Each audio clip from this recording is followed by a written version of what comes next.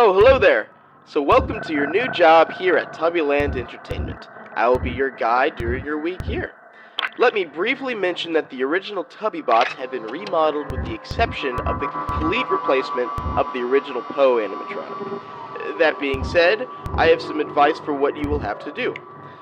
First off, let me just emphasize that despite the bad image of this place, there aren't any real dangers.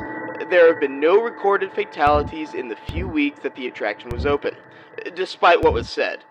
The thing is, though, the one thing the rumors have right is that the animatronics do in fact move around during the night, though one of your main priorities as the night guard will be to keep the animatronics out of your office.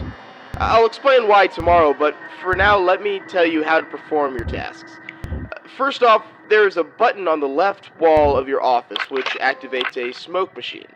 The smoke is perfectly harmless and easy to obtain, so don't worry about running out or suffocating.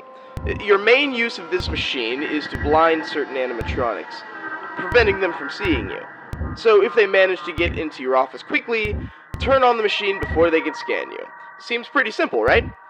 Well, the problem is, it doesn't affect everyone. You see, the characters Tinky Winky, the purple one, as well as Noo the vacuum cleaner, have advanced navigation for if the events of a fire, they would be able to escort customers out. Though this is rather unfortunate for it being your main line of defense. So, if you're going to keep the purple one away, just look at him on your security tablet from time to time. We aren't sure why this affects him, but we don't question. As for Nunu, he only really moves at random when he decides he should do some cleaning. You can tell when this happens when you hear his joyful music box. In the room Nunu is contained, you can emit a radio transmission that will attempt to cancel his actions if done quick enough. Well, that's about it. Wait, I almost forgot. There is the original Poe model in the spare room. Due to her being blind, the smoke obviously wouldn't affect her, so if she appears, then just don't do anything.